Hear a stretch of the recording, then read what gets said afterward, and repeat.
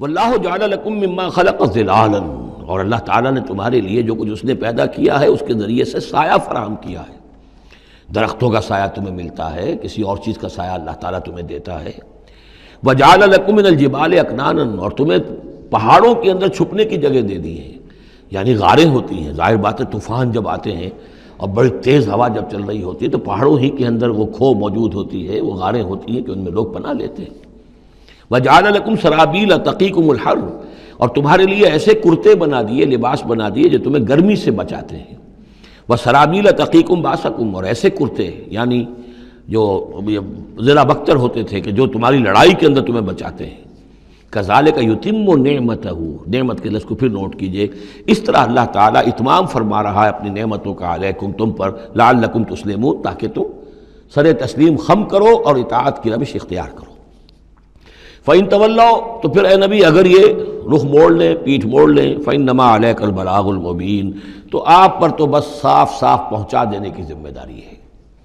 یعرفون نعمت اللہ ثم ینکرونہا، یہ اللہ کی نعمتوں کو پہچانتے ہیں پھر منکر ہو جاتے ہیں۔ واکثرہم الکافرون، اور ان کی اکثریت جو ہے وہ ناشکروں پر مشتمل ہے۔ وَيَوْمَ نَبْعَثُ مِن كُلِّ أُمَّةٍ شَهِيدًا، اب یہ جو مضمون جو ہے شہادت حق کا جو سورہ بقرہ میں آیا تھا، وَكَذَلِكَ جَعَلْنَاكُمْ أُمَّةً وَسَطًا لِتَكُونُوا شُهَدَاءَ عَلَى النَّاسِ وَيَكُونَ الرَّسُولُ عَلَيْكُمْ شَهِيدًا۔ اس کے بعد سورہ نساء میں آیا، ایک تو یہ آیا کہ اللہ کے گواہ بن کر کھڑے ہو جاؤ، پھر آگے چل کر آیا کیف اذا جئنا من كل امۃ بشہید وجئنا بک علی ہؤلاء شہیدا، آیت نمبر 41۔ وہ مضمون یہاں پھر دو مرتبہ اس صورت میں آ رہا ہے۔ وَيَوْمَ نَبْعَثُ مِن كُلِّ أُمَّةٍ شَهِيدًا، جس دن کو اٹھائیں گے ہم ہر امت میں سے ایک شہید۔ کون ہوگا وہ؟ جسے رسول کی حیثیت سے اس امت کو کی طرف بھیجا تھا۔ فَلَنَسْأَلَنَّ الَّذِينَ أُرْسِلَ إِلَيْهِمْ وَلَنَسْأَلَنَّ الْمُرْسَلِينَ، سورہ اعراف کی آیت نمبر 6۔ سب سے پہلے وہ جسے ہم کہتے ہیں پروزیکیوشن وٹنس کی حیثیت سے، عدالت کا گواہ، سرکاری گواہ کی حیثیت سے رسول کھڑا ہوگا، اور رسول یہ کہے گا کہ اللہ تیرا جو پیغام مجھ تک آیا تھا اس قوم کے لیے، میری قوم کے لیے، میں نے انہیں پہنچا دیا تھا۔ ناؤ دے آر ریسپانسبل، اب یہ جواب دہ ہیں، اب ان سے محاسبہ ہو سکتا ہے۔ تو یہ ہے نبی جو ہے گویا کہ اپنی قوم کے خلاف گواہی دے گا۔ اگر نبی یہ گواہی نہ دے تو وہ کہیں کہہ سکتے تھے اللہ ہمیں تو بات پہنچی نہیں، ہم بات سمجھے نہیں تھے۔ نبی کہے گا میں نے سمجھا دیا تھا، کھول کھول کر سمجھا دیا تھا، کوئی اجتماع نہیں چھوڑا تھا، پورا مبرہن کر دی تھی بات، دودھ کا دودھ پانی کا پانی بالکل علیحدہ کر دیا تھا، کیسے انکار کریں گے؟ وَيَوْمَ نَبْعَثُ مِن كُلِّ أُمَّةٍ شَهِيدًا ثُمَّ لَا يُؤْذَنُ لِلَّذِينَ كَفَرُوا وَلَا هُمْ يُسْتَعْتَبُونَ، پھر ان کافروں کو نہ کوئی اجازت ملے گی اور نہ انہیں لیو فار اپیل ملے گی کہ کھڑے ہو کر کسی طریقے سے کوئی عذر جو ہے وہ تراش کر کچھ اپنے آپ کو بچانے کی کوشش کریں۔ وَإِذَا رَأَى الَّذِينَ ظَلَمُوا الْعَذَابَ، اور جس وقت کہ یہ ظالم اور یہ کافر اور گناہ گار دیکھیں گے عذاب کو، فَلَا يُخَفَّفُ عَنْهُمْ، تو پھر اب ان سے تخفیف نہیں کی جائے گی اس عذاب میں، وَلَا هُمْ يُنظَرُونَ، اور نہ ہی انہیں کبھی کوئی مہلت ملے گی، کوئی وقفہ نہیں ہوگا، وہ مسلسل ہوگا۔ وَإِذَا رَأَى الَّذِينَ أَشْرَكُوا شُرَكَاءَهُمْ، اور جب وہ دیکھیں گے مشرک لوگ اپنے شرکاء کو، وہ جا رہے ہیں عبد القادر جیلانی جن کے نام کی دہائی ہم دیا کرتے تھے، قالوا ربنا هؤلاء شركاؤنا، اب ظاہر بات ہے ان کا رتبہ بلند ہوگا آخرت میں، وہ اللہ کے ولی ہیں، یا حضرت عیسیٰ ہوں گے اللہ ہم اس کو پوجا کرتے تھے، ہمارا خیال تو یہ تھا کہ وہ سولی چڑھ کر ہماری طرف سے کفارہ بن ہی چکا ہے، یہ عیسیٰ جو ہے ہم نے تو اس کو پوجا تھا۔ تو وہ کہیں گے ربنا هؤلاء شركاؤنا الذين كنا ندعو من دونك، یہ ہیں وہ شرکاء جن کو ہم تیرے سوا پکارا کرتے تھے دنیا میں، فالقوا اليهم القول انكم لكاذبون، تو وہ مقدس ہستیاں یہ کہیں گی تم جھوٹ بول رہے ہو، بکواس کر رہے ہو، تمہارا ہم سے کوئی تعلق نہیں۔ یہ پہلے بھی آ چکا ہے کہ ہم تمہاری عبادت سے اور تمہاری ساری چیخ پکار سے ہم بالکل غافل ہیں، ہمیں کچھ پتہ نہیں تم کیا کرتے رہے ہو، ہمارا کوئی تعلق تم سے نہیں۔ فَأَلْقَوْا إِلَيْهِمُ الْقَوْلَ إِنَّكُمْ لَكَاذِبُونَ، تم جھوٹے ہو۔ وَأَلْقَوْا إِلَى اللَّهِ يَوْمَئِذٍ السَّلَامَ، اور وہ سب کے سب اس روز اللہ کے سامنے اپنی اطاعت اور عاجزی پیش کر رہے ہوں گے۔ وَضَلَّ عَنْهُمْ مَا كَانُوا يَفْتَرُونَ، اور جو افطرا انہوں نے کر رکھے تھے، ان کے نام پر عقیدے گھڑے ہوئے تھے، وہ بچا لیں گے اور وہ چھڑا لیں گے، اور وہ کفارہ بن چکے ہیں، وہ ہمارے گناہوں کی طرف سے پہلے ہی جو ہے کفارہ بن کر وہ قربانی کا بکرا بن کر پھانسی پر چڑھ چکے ہیں۔ تو یہ ساری چیزیں ضل عنہم، وہ سب کی سب جو ہیں وہ تو ان کے ہاتھوں سے گم ہو جائیں گے، ہاتھوں کے طوطے اڑ جائیں گے۔ الذین کفروا وصدوا عن سبیل اللہ زدناہم عذابا، وہ لوگ جنہوں نے کفر کیا اور نہ صرف خود کفر کیا، لوگوں کو روکتے رہے اللہ کے راستے سے، زدناہم عذابا فوق العذاب، ہم تو ان کے عذاب میں تو اور اضافہ کرتے چلے جائیں گے، بما کانوا یفسدون، بسبب اس شرارت کے جو وہ کرتے تھے، سازشیں کرتے تھے، لوگوں کو ورگلاتے تھے، اس راستے پر جانے سے روکتے تھے۔ وَيَوْمَ نَبْعَثُ فِي كُلِّ أُمَّةٍ شَهِيدًا، دوبارہ دیکھیے آ گیا، اور ذرا تصور کرو اس دن کا جس دن ہم ہر امت میں ایک گواہ کھڑا کریں گے۔ یہ تمام جو رسول ہیں گواہ ہیں، یا ایھا النبی انا ارسلناک شاہدا ومبشرا ونذیرا، شاہد شہید گواہ، اسی معنی میں سورہ مزمل میں آیا ہے، تمہارے پاس ہمارا رسول آ گیا ہے، جیسے کہ فرعون کے پاس رسول آیا تھا، فعصى فرعون الرسول فاخذناه اخذا وبیلا، لقد ارسلنا الیکم رسولا شاہدا علیکم کما ارسلنا الی فرعون رسولا فعصى فرعون الرسول فاخذناه اخذا وبیلا فکیف تتقون ان کفرتم یوما یجعل الولدان شیبا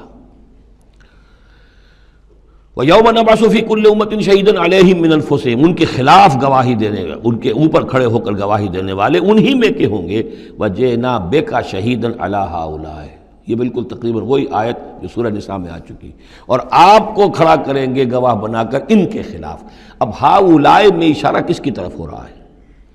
یہ جو قریش ہیں جن کو حضور نے یہ دعوت پہنچا دی ہے، جن پر اتمام حجت آپ کر چکے ہیں، یہ تو ہے جو براہ راست حضور ان کے خلاف گواہی دیں گے، اللہ میں نے ان کو بات پہنچا دی تھی اور کوئی شک و شبے کی گنجائش نہیں چھوڑی تھی،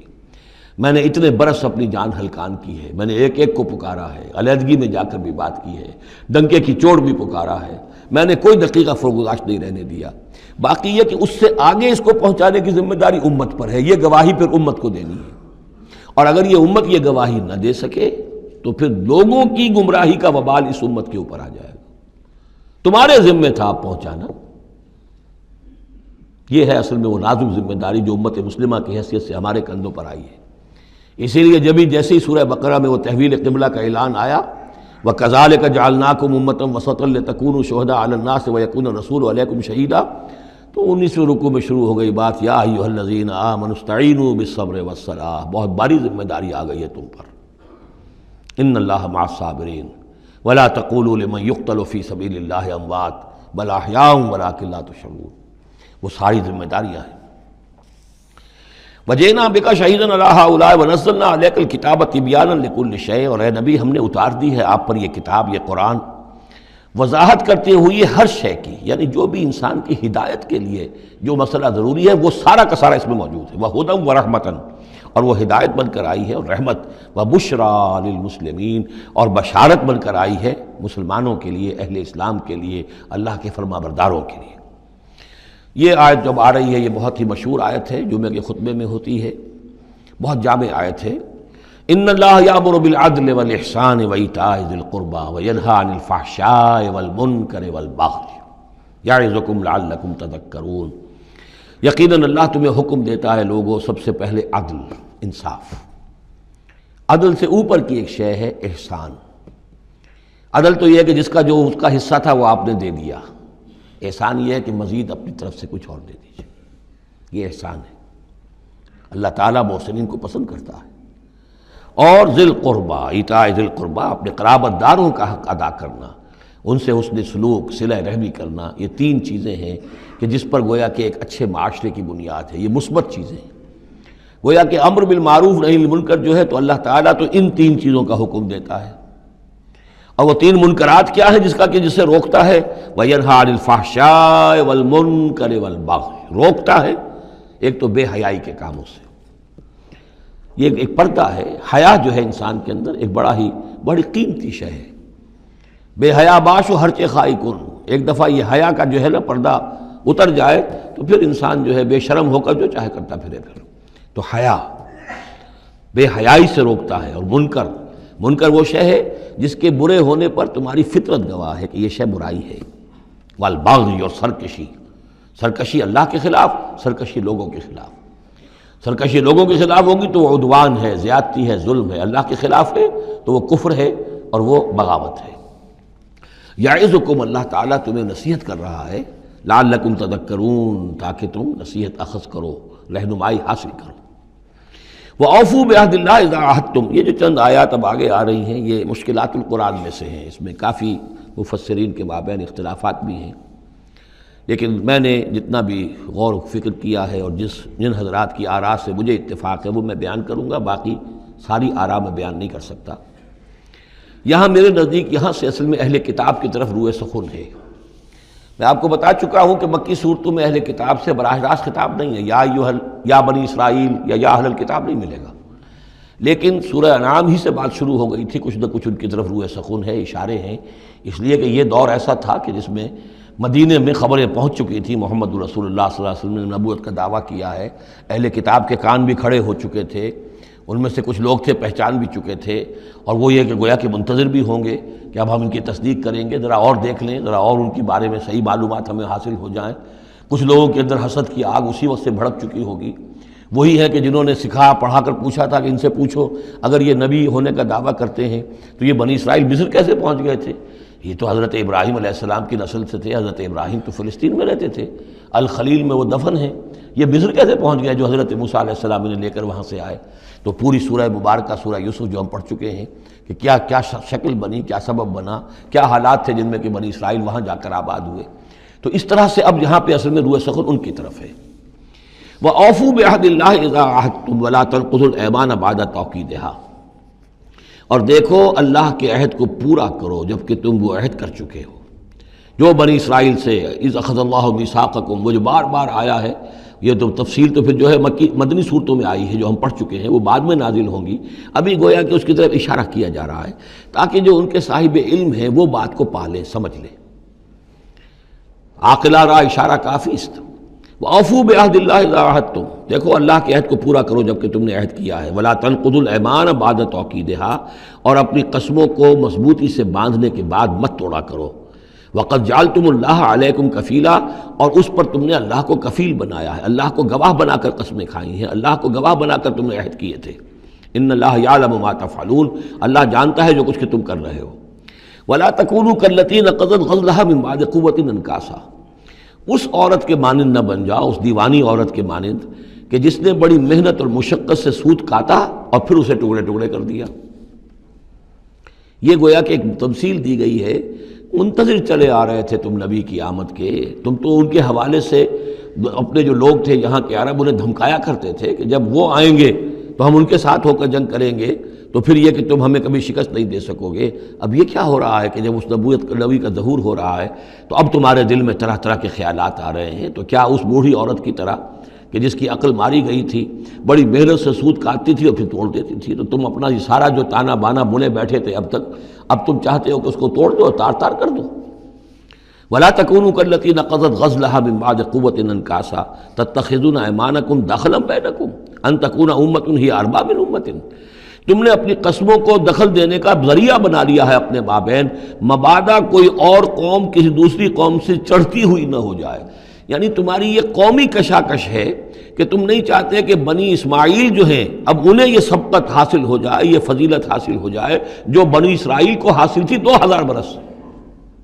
ان تکون امۃ ہی اربع من امۃ، مبادا ہو جائے ایک قوم دوسری قوم سے بڑھی ہوئی، دوسری قوم سے افضل۔ اب یہاں نام نہیں ابھی لیے جا رہے ہیں، جیسا کہ میں نے عرض کیا اشاروں کنایوں میں باتیں ہو رہی ہیں تاکہ اہل کتاب کے جو اہل علم تھے ان تک یہ بات پہنچ جائے، ان کے دلوں کے اندر اتر جائے۔ اب قسمیں کھا رہے ہیں کہ ہم تو نہیں مانیں گے، اگر واقعی یہ وہی نبی ہے لیکن ہے یہ بنی اسماعیل میں سے، یہ امیین میں سے، تو نہیں مانیں گے۔ قسمیں کھا کھا کر ایک دوسرے کے ساتھ جو ہے وہ عہد کر رہے ہیں، تو یہ کیا کر رہے ہو؟ وَلَا تَكُونُوا كَالَّتِي نَقَضَتْ غَزْلَهَا مِن بَعْدِ قُوَّةٍ أَنْكَاثًا تَتَّخِذُونَ أَيْمَانَكُمْ دَخْلًا بَيْنَكُمْ أَن تَكُونَ أُمَّةٌ هِيَ أَرْبَىٰ مِنْ أُمَّةٍ إِنَّمَا يَبْلُوكُمُ اللَّهُ بِهِ، یہ تو اللہ تعالیٰ تمہیں آزما رہا ہے اس کے ذریعے سے۔ دیکھنا یہ ہے کہ تم حق پرست ہو یا نسل پرست ہو۔ اگر تو نسل پرست ہو تو پھر اللہ سے تمہارا کوئی تعلق نہیں، اگر حق پرست ہے تو اللہ تعالیٰ نے اگر تمہاری نسل کے اندر رکھا ہوا تھا اب کسی اور نسل میں رکھ دیا ہے، اور پھر یہ کہ وہ اتنی دور کی نسل بھی نہیں، ابراہیم ہی کی نسل سے ہے۔ تمہارے جد امجد جو ابراہیم ہے انہی کی ایک شاخ تم ہو، تو انہی کی ایک شاخ جو ہے وہ محمد رسول اللہ کی قوم ہے، تو ان کو ہم نے چن لیا ہے۔ ان تکون امۃ ہی اربع من امۃ، اسی میں تم اسی جو ہے بغیم بینہم کے حوالے سے اب تم جو ہے اس کو اس آزمائش میں ناکام ہو رہے ہو، انما یبلوکم اللہ بہ، یہ تو اللہ تمہاری آزمائش کر رہا ہے، وَلَيُبَيِّنَنَّ لَكُمْ يَوْمَ الْقِيَامَةِ مَا كُنْتُمْ فِيهِ تَخْتَلِفُونَ، اور پھر اللہ تعالیٰ لازماً ظاہر کر دے گا تمہارے لیے قیامت کے دن جو کچھ کہ تم جس میں اختلاف تم نے کیا تھا۔ وَلَوْ شَاءَ اللَّهُ لَجَعَلَكُمْ أُمَّةً وَاحِدَةً، اللہ چاہتا تمہیں ایک ہی امت بنا دیتا، یہ تفریقی نہ ہوتی کہ ایک امت کو ہٹا کر دوسری امت کو ہم لے آئے، ایک امت کو ہم معزول کر رہے ہیں دوسری امت کو لا رہے ہیں، ہم چاہتے یہ بھی کر سکتے تھے۔ تمہارے ہی اندر جو ہے ایک اور نشأت ثانیہ ہو جاتی، نشأت ثالثہ ہو جاتی، ایک نشأت ثانیہ تو ہو چکی تھی، ایک مرتبہ نیبوکڈنیزر کے ہاتھوں برباد ہوئے ہیکل سلیمانی تباہ ہو گیا تھا، پھر حضرت عزیر علیہ السلام کی دعوت توبہ اور اصلاح کے ذریعے سے تمہارے اندر دوبارہ ایک زندگی پیدا ہو گئی، تمہیں پھر ایک اور عروج ہوا کہ اب کر سکتے تھے یہ، اب پھر تیسری مرتبہ